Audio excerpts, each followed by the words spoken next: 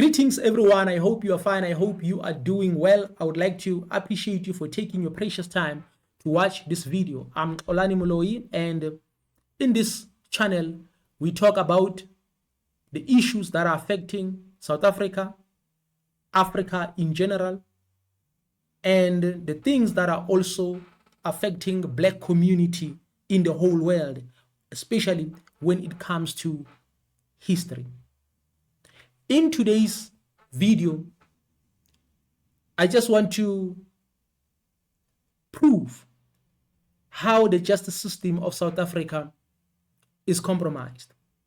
I know that if you are traveling to South Africa, or if you go to the internet, then they will tell you that South Africa is the best.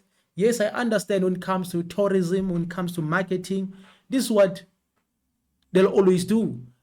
For an example, when you talk about certain companies, they will tell that this company is a good company. They treat their employees good. They treat their customers good.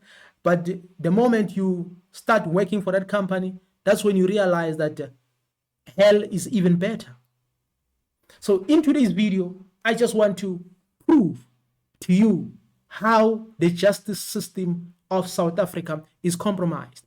Some people might say we are being negative. We are not being negative, because when the justice system, when the police, when the courts are compromised, then this means we might be in a threat. In other words, that is a threat by itself. Without any waste of time, let's get started. They're back to us, but there are two gentlemen who now appear to be wearing blue. Are you able to identify any one of them? Yes, I can see Bafana. Which one is Bafana of the two? Bafana Twala is the one who is facing towards us. Bear in mind that these people are wearing a uniform. When it comes to wearing a uniform, or a symbol of a uniform, or a symbol of a security, or a symbol of a police, it means something. It means protection. So now it means if you're walking on the streets, you see someone wearing a uniform, you feel like you are safe, even if that area is not safe. But if you see someone wearing a uniform, you see a police, you see a security officer, you feel protected. But little knowing that there's something going on. In other words, if the justice system is compromised, if the police are compromised, it means even your life sometimes becomes at risk. There is somebody either placing into a box or taking out of a box something. Who is that, and can you tell what they're doing? This looks like Mackenzie, and then the items that he's putting inside the box, I see them as cigarettes. And lastly then, if we go to we'll scroll quickly back to page 180.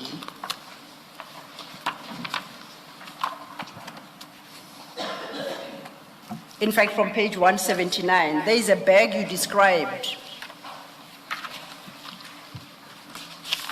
And I understood you to say that they put the cigarettes in a particular bag, and you... Yeah. This is the bag that I called it in English China bag. In our African language, Machangan bag. Okay, if we go to page 180, I think we have a better picture. Is that the bag? Yes, that is the bag. You know, when it comes to South Africa, even when there's a CCTV footage, even if there's a tangible evidence, these days it becomes difficult to arrest people. And we have to know that these people who are involved in criminal activities and they are protected by the police, or they are also wearing a uniform, they are working for certain security companies, or they're working for the police. These people are more dangerous than someone who's just stealing bread or someone who's just an ordinary hijacker. Why? Because these people will never go to prison. You report them, your life is in danger. You say anything about them, your life is in danger. You suspect them, your life is in danger. Sometimes if you go and report these people to the police, sometimes you might never come back. Next to an open back passenger door, do you see that? Yes, I see them. Are you able to recognize the people in the picture? Yeah, the people on the picture, because I arrested them, I'll say those 3 members that Sorry? were stitching the shop. Please say that again. I'll say the 3 members that I see here is consistent with the other evidence that they are the one who were responsible of searching and packing cigarettes into the boxes. And this would be, there are 3 of them now. Bafana Twala, Adrian Norman Mackenzie, and Keisha Lee Stalls. Okay. Well, the following pictures, I think, are about more of the same with the vehicles at different points. At page 211, are these still shots taken from the CCTV footage? Yes. What I can tell you is that you cannot mix evil and righteousness in one basket, because they are like oil and water. So you can tell that there are still those few people who are working, who are doing their work. But no matter what they do, their efforts go unrecognized.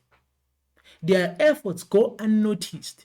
Why? Because at the end of the day, even if they can arrest these people, tomorrow they will be released. The following week, these people are released. The justice system of South Africa is very compromised. And people who are working for justice system and these politicians and these leaders, they have this tendency of thinking that, or of lying to us that it's not true that the justice system of South Africa is compromised. But now you can tell that there are few people who are working, but now these few people who are working, in other words, they are overwhelmed by many people who are corrupt. For an example, if you are working in a police station and you are the only police officer, or it's only 2 of you who are doing the right thing, you follow the law, and the rest of the police officers don't even care, or they are corrupt, they are working with the criminals. In other words, even your lives are in danger, and it becomes difficult for you to investigate anything, because the moment you start your investigations, your fellow colleagues will inform these criminals so that they can be aware of you. Your lives become in danger. So that is why most of the people who are doing good, who are doing right, they end up being eliminated. Was withdrawn. It was previously at court for trial before the provisional withdrawn, because these witnesses, when I was given instruction to subpoena, I went to the witness to subpoena. He told me that he's not interested. At some stage, this case was prosecuted. The prosecutor that I was given, it was not the prosecutor from the regional court in Benoni. This matter was appearing in Benoni. This case was allocated an advocate from the office of the Director of Public Prosecution in the North Gauteng. So each and every time this case was appearing in Benoni, he was the one who was coming to come and prosecute it. So at some stage, because I failed to subpoena, because he doesn't want to sign my subpoena, and then I informed the court, And then they said that they are giving me an opportunity to resubpoena him, to give him an ample time.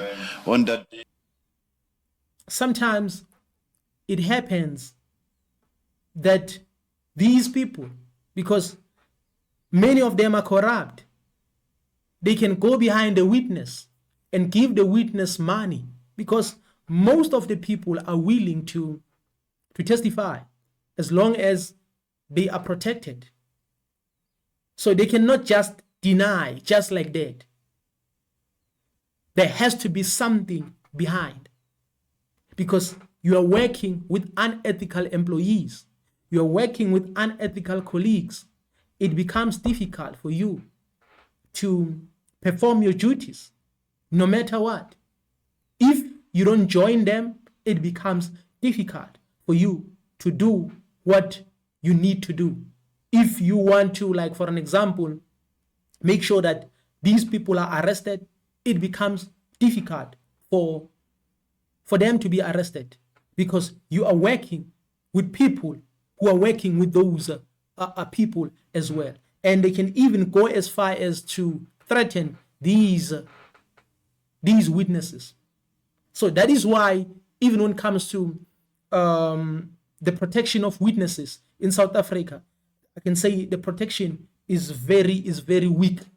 That is why many of these people are willing to testify or are willing to witness, but the problem is that they don't trust the state security. Pina. yes, I did not save him because he didn't want to. So in terms of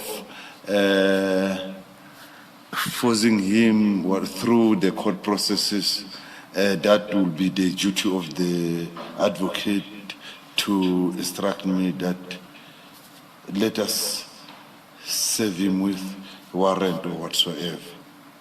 See, if there is criminality, as it is suggested there is, it appears to be serious criminality. Yes. It involves police officers.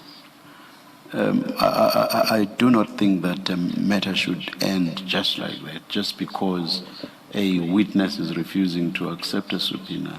I do not believe that IPID officers like you should leave matters at that just because a witness is refusing to accept a subpoena. Yes, complainants are crucial to criminal prosecution, but it's a criminal case which is at the hands of the state, which is why it will be state versus whoever, with criminal matters. So it's a public interest issue. It's not just about the complainant. And that is more so if it's a serious matter. It cannot just end just because a witness, because that's what a complainant is. Bottom line is they are a witness. So it cannot end just because a witness is not willing to accept a subpoena. That's true. But you have to keep it in mind that these people, they have, like for an example, powers to even bribe a witness. As I've said, that they can even go to an extent to, like for an example, threaten this witness or to bribe a witness or maybe to scare that particular witness. These people, they have powers. So that is why it makes it difficult. So if you are someone who follows the law, it becomes difficult. So that is why it doesn't make sense that a witness can just refuse just like that. In other words, there are people who are following everything. In other words, while you are investigating, there are people who can, like for an example, who can see who are you investigating. And if they find out that person might be a witness, then they'll try by all means to go to that witness or meet that witness behind your back and tell that witness not to comply or to give that witness some money. That's how they work. So that is why if you cannot trust a police officer or a security officer or any other person who works with the law or with security or with protection, then it means your life or the lives of many people are in danger.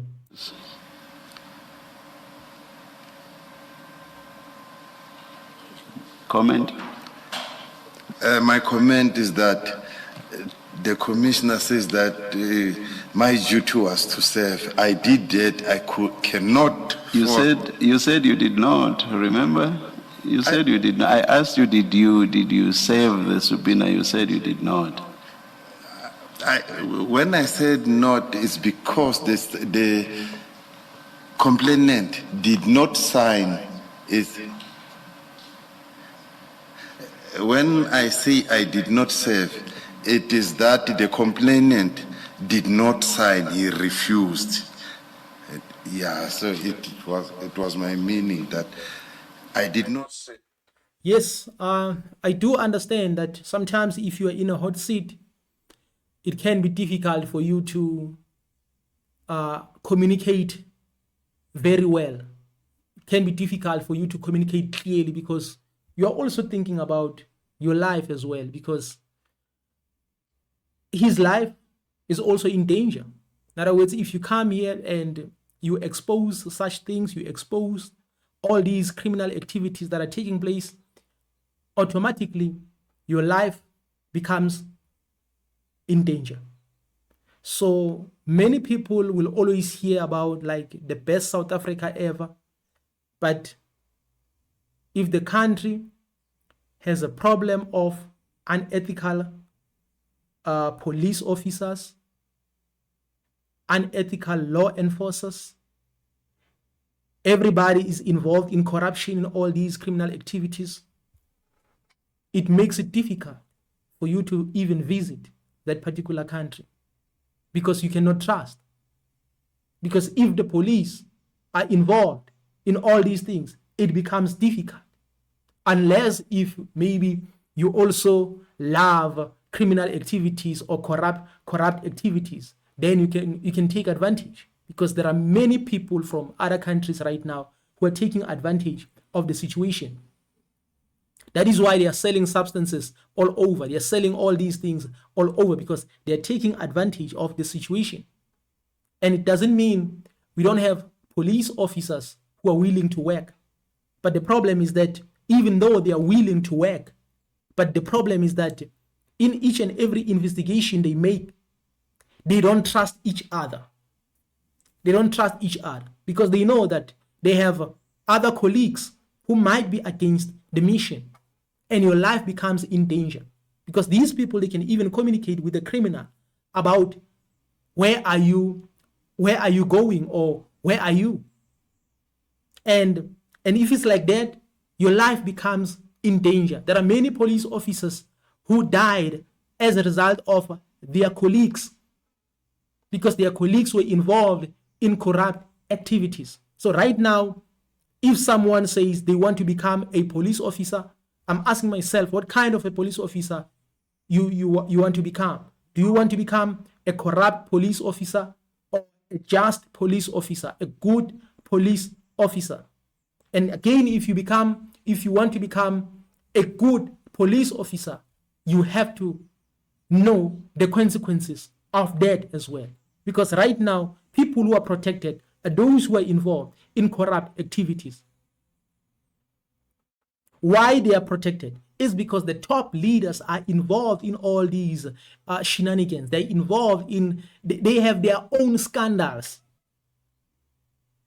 So in other words, if the head of the family have scandals, all the people in this house, they are going to take advantage of the situation.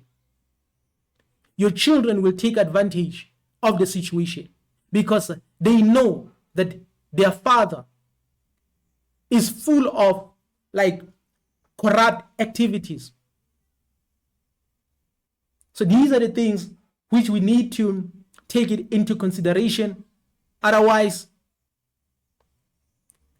everything will become even worse. So I just pray for all these people who are willing to testify to be protected, and they need to be careful all the time, because you cannot come here and talk about all these issues and then your life become normal. You will be threatened. It will be difficult for you to do your job, and they might even go to an extent to say, you know what, we have to fire you because you think you are wise, you think you are smart. Is this freedom that our forefathers fought for? Absolutely not. Right now, we are taking advantage of one another. We are corrupt.